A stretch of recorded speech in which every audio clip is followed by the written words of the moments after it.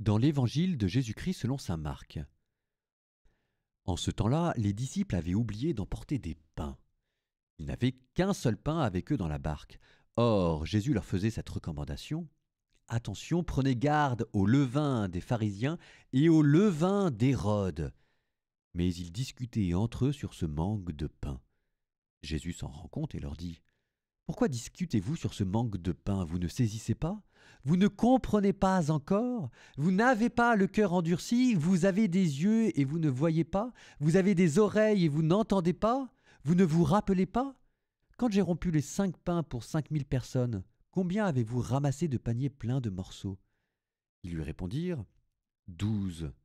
Et quand j'en ai rompu 7 pour 4000, combien avez-vous rempli de corbeilles en ramassant les morceaux? Ils lui répondirent: 7. Et leur disaient: Vous ne comprenez pas encore?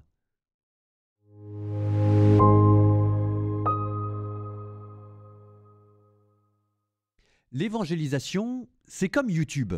Faut pas attendre d'être prêt et d'être une star du montage vidéo, de comprendre à quoi servent tous les boutons qu'il y a sur son téléphone pour y aller. YouTube ou TikTok ou Instagram, c'est très simple. C'est quand on a décidé qu'on y allait, eh ben on y va. Et c'est au fur et à mesure qu'on apprend le métier et les choses se débloquent par la pratique. Eh ben l'évangélisation, c'est exactement la même chose.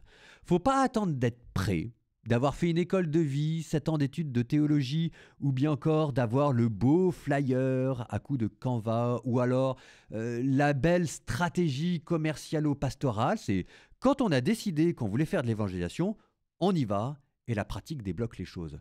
Ben, c'est la même chose ici avec les disciples qui stressent parce qu'ils n'ont pas le pain. Mais ne vous inquiétez pas, faites de l'évangélisation et Dieu fera des miracles et vous aurez à manger. Petit exemple, dans une de mes dernières homélies, je vous parlais du salon du mariage. Bah, le salon du mariage, j'y suis allé. J'avais pas l'argent pour louer le local et ça coûtait quand même 3000 euros. Les gens m'ont fait des dons. J'avais pas de quoi présenter le stand et avoir un beau décor. J'étais d'ailleurs bien en stress. Ben, je sais pas comment, la semaine avant, il y a quelqu'un qui m'a contacté sur Instagram pour me dire: Tiens, au fait, je suis décoratrice d'intérieur chrétien, est-ce que ça vous intéresse?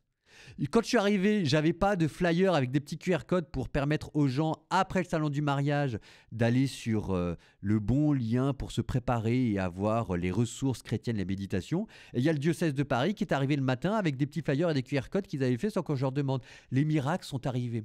Alors parfois, les miracles n'arrivent pas. Bon, c'est vrai aussi. Mais quand les miracles n'arrivent pas, ça veut dire aussi qu'on n'en avait pas besoin.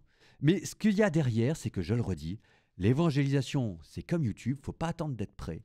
On y va en cours de route et c'est pour vous aussi que, à votre manière à vous, Dieu multipliera les paniers de pain. Donc, allez-y, foncez et comme disait le général de Gaulle, l'intendance suivra.